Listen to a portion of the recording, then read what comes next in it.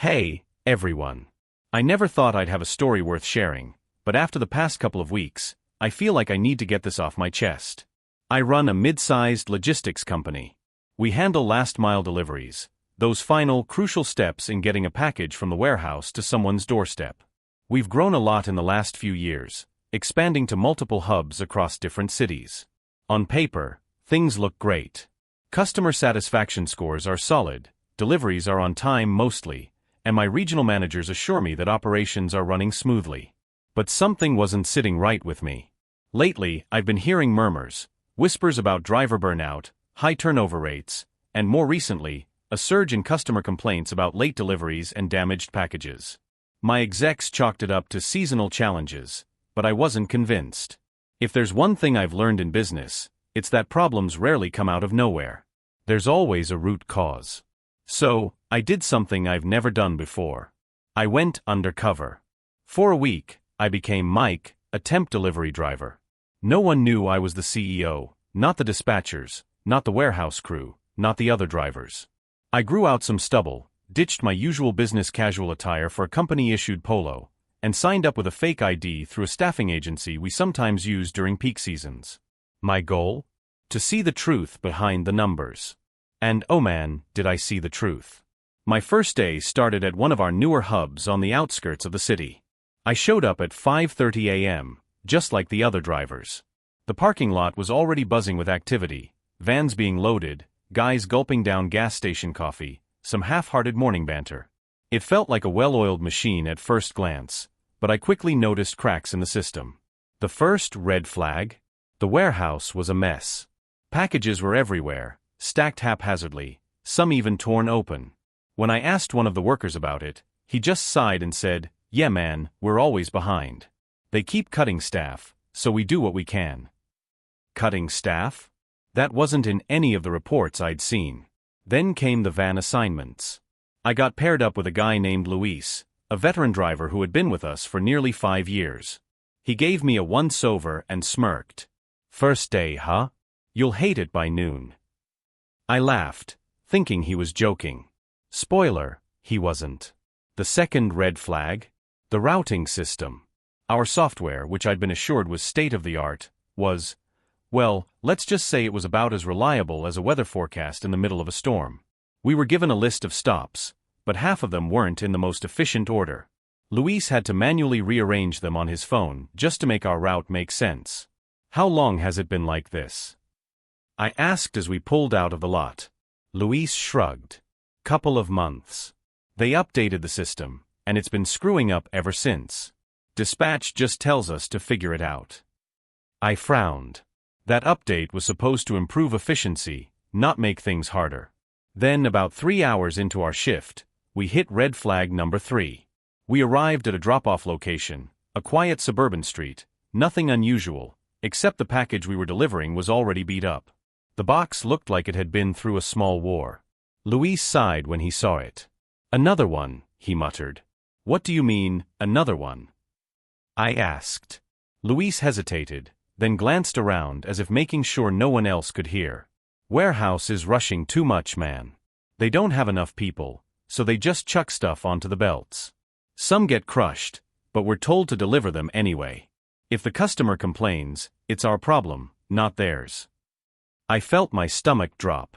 Not only was our system overloading the warehouse crew, but now drivers were getting blamed for something out of their control. And I had no idea. I was starting to realize that my company, the one I thought I knew inside and out, was running on a system of quiet, unspoken problems. And I hadn't even seen the worst of it yet. Alright, so after my first day undercover, I was already seeing cracks in the system.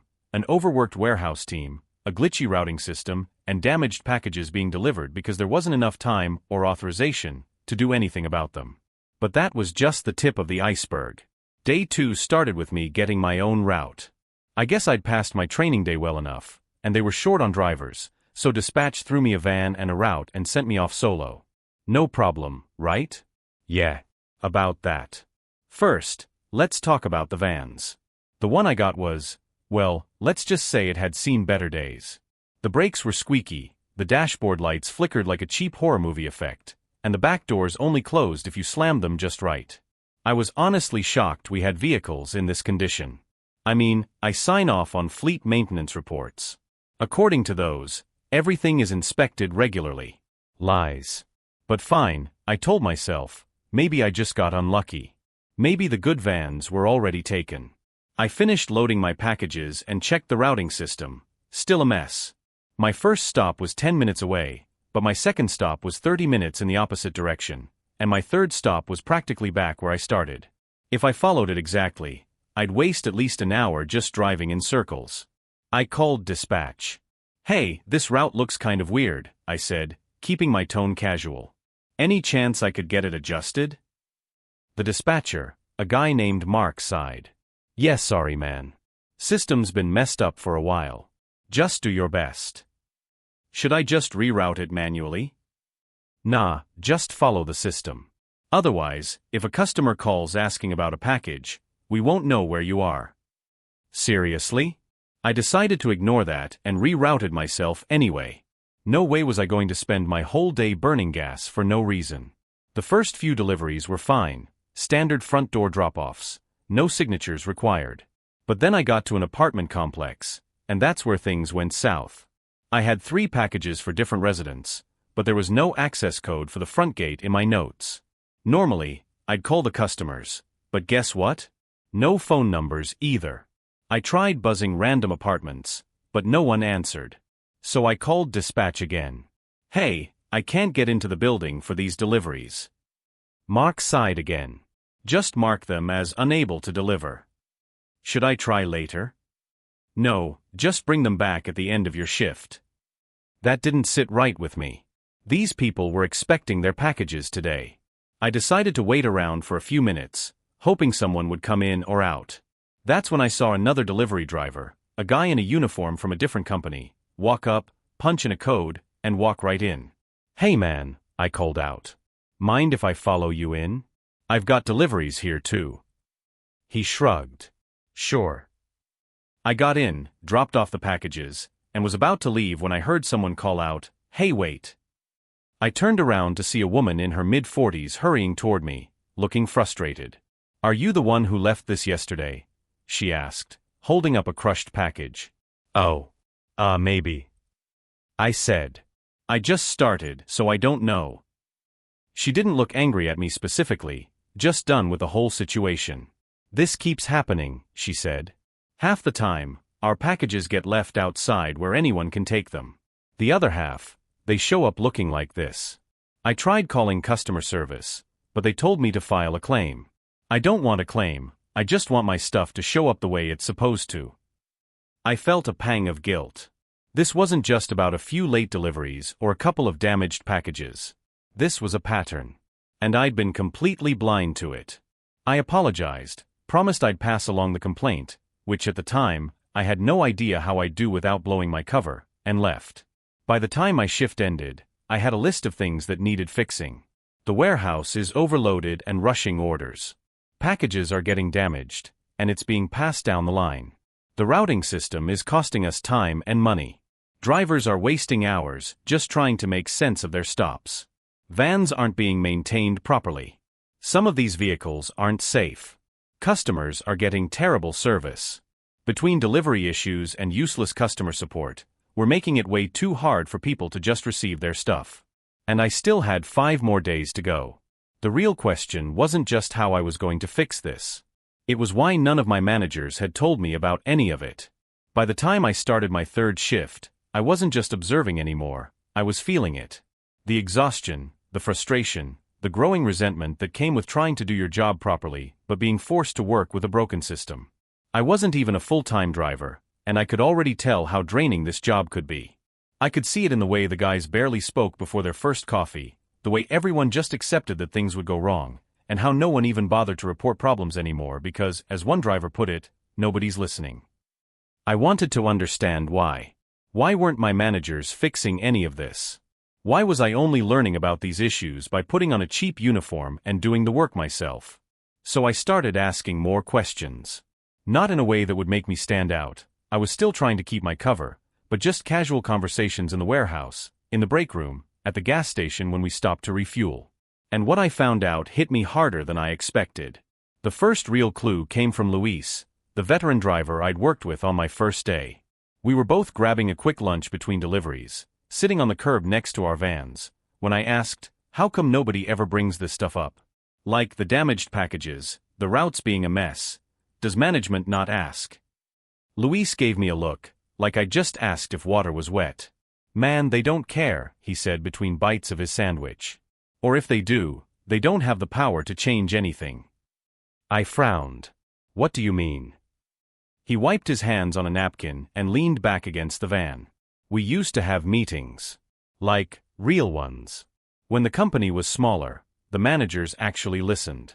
But now? It's all numbers. All they care about is meeting quotas. If we tell them we need more people in the warehouse, they tell us to work smarter.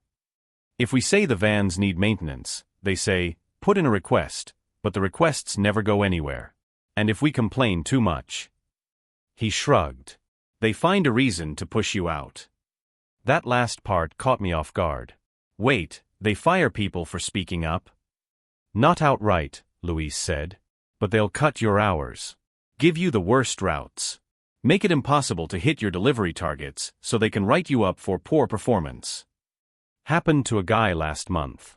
He had a family, man. Good driver, too. But he started pushing back on the workload, and next thing you know, he's out." I sat there, sandwich forgotten in my lap. If what Luis was saying was true, then this wasn't just a logistics issue, it was a culture issue. Somewhere along the way, my company had stopped being a place where employees felt like they mattered. And the worst part? I hadn't seen it happening. I didn't get much time to dwell on it before the next disaster struck. That afternoon, I was delivering in a more rural area. Lots of long, winding roads, big properties with gates, the kind of place where you could knock on a door and wait 5 minutes before anyone even realized you were there.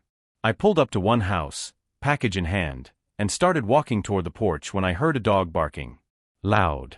I barely had time to react before a huge German shepherd came sprinting around the corner, straight at me. Now, I love dogs, but I also love not being mauled, so I did what I assume any sane person would do. I turned and ran. But as I sprinted back toward the van, I tripped over a broken section of pavement and went down hard. The dog skidded to a stop a few feet away, barking like crazy but thankfully not attacking. The owner finally came outside, called the dog off, and just stared at me. "You good?" he asked, not looking all that concerned. I checked myself over. Scraped hands, bruised knee, pride in shambles. "Yeah," I muttered, getting up. The guy just chuckled. "Guess they didn't tell you about Rex, huh? All the drivers know to honk when they pull up. He goes nuts if he hears footsteps." I forced a smile, finished the delivery, and limped back to the van.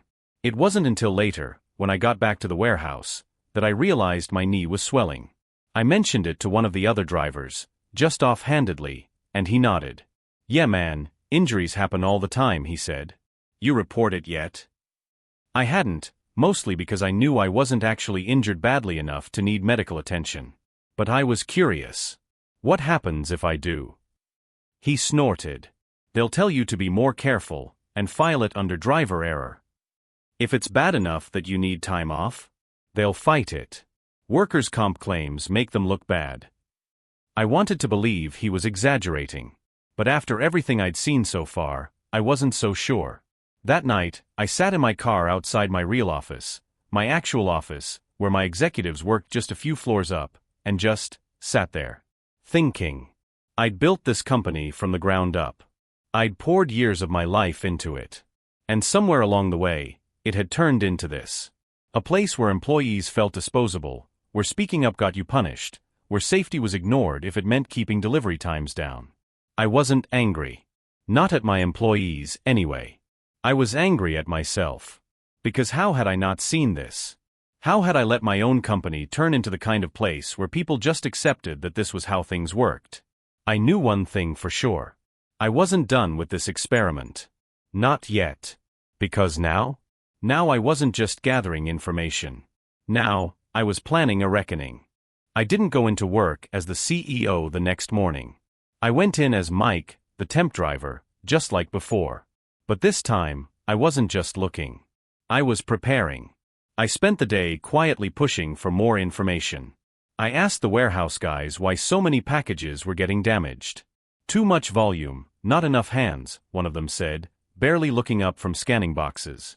We used to have more people, but they cut hours, so now we just move as fast as we can. I asked dispatch why the routing system was such a mess.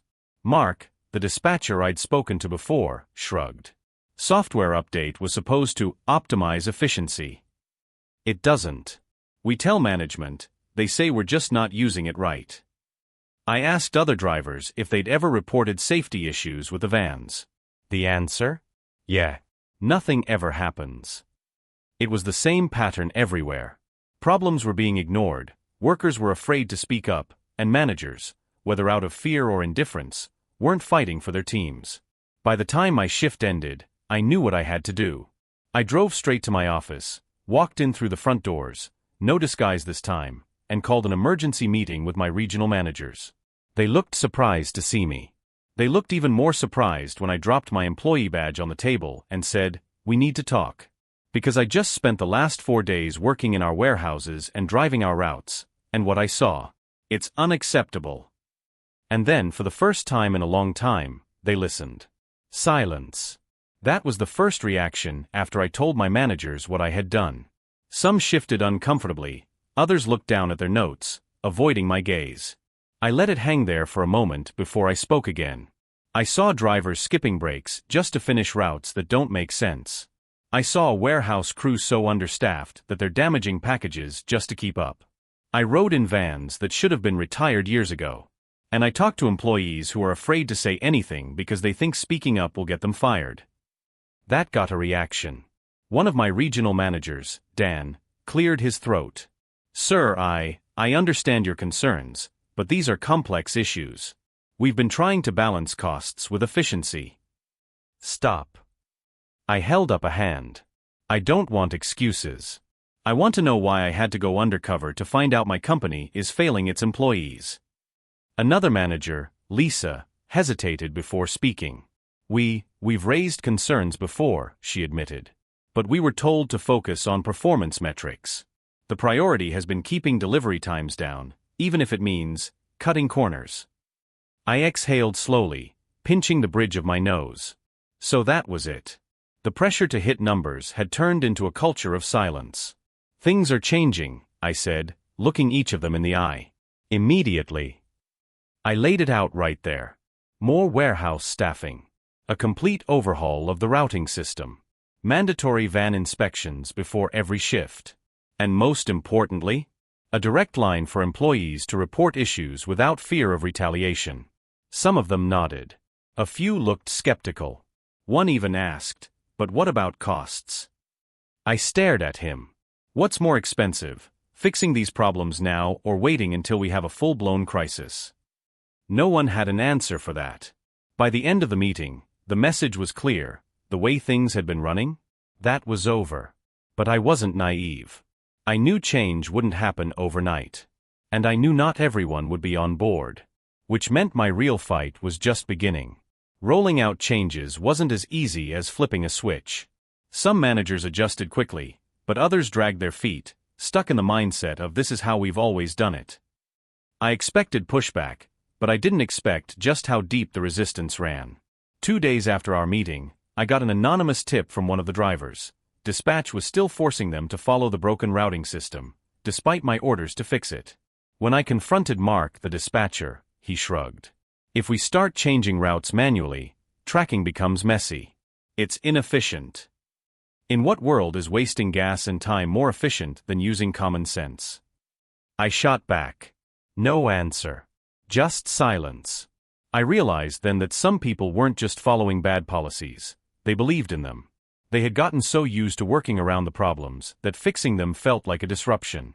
I needed proof that these changes worked. So I pulled a few senior drivers aside, including Luis, and gave them permission to test a fully optimized route. No useless backtracking, no wasted time. The results? They finished 2 hours earlier than usual. Fewer delays.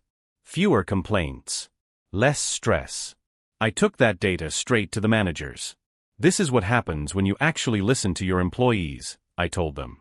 Slowly, things started to shift. Warehouse staffing increased. Vans were taken off the road for repairs. And for the first time in a long time, employees weren't just grinding through their shifts, they were talking. Reporting issues. Offering solutions. It wasn't perfect. It wasn't instant. But it was happening. And I knew the final test was coming, the moment when I'd find out if this was real change or just temporary compliance. Because if my managers thought they could wait me out, they were in for a surprise. A month later, I went back undercover. Same uniform. Same routine.